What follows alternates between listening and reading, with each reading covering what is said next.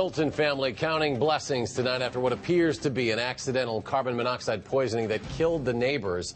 It happened at the Bayshore condominiums just outside Newville on Saturday. Authorities were called to the home of James Folk and Joan Leith Saturday afternoon to find the couple dead in their home.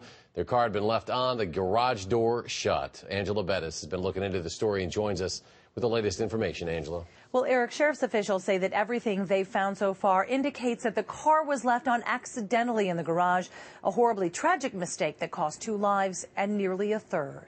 Gunnar the Puggle doesn't look like a canary, but for all intents and purposes, he was. I went downstairs to pick him up, put him on the floor, and he just collapsed. I tried to wrestle my son up because he was laying in vomit, and he was just out of it, just kind of incoherent. Gunnar and 16-year-old Austin had been sleeping in the basement of their grandparents' Milton condo on Saturday when neighbors James Folk and Joan Leith left a car running in the garage next door. It would have taken a while for that, to filter up there. Yes, we're guessing a couple hours. Folk and Leith were found dead on the 3rd floor of their condo. The carbon monoxide so strong that Alice Vanden Langenberg's family next door were very, very sick, and they had no idea it was carbon monoxide. We had windows open and the furnace was not on. We did not suspect that that's what it was at that time. In fact, Foreman, who's a Rock County 911 operator, didn't think twice until hours later when she overheard the emergency crews next door.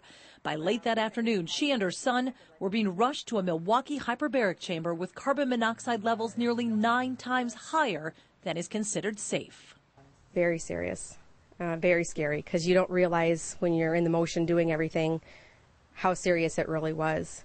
For now, the windows remain open here, and Foreman realizes just how lucky they were, especially her son. He probably would have been a 3rd victim, no doubt.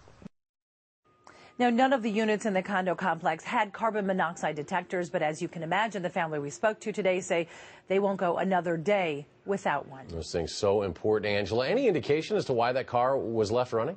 That is the question the police have been trying to track down. And, Eric, they are still looking for those answers. But the neighbors that we talked to today say the couple who was living in the condo who left the car had just come home from Florida. They had been down there for the winter. They believe that they might have been having some car trouble. They had seen them working on the car throughout the day.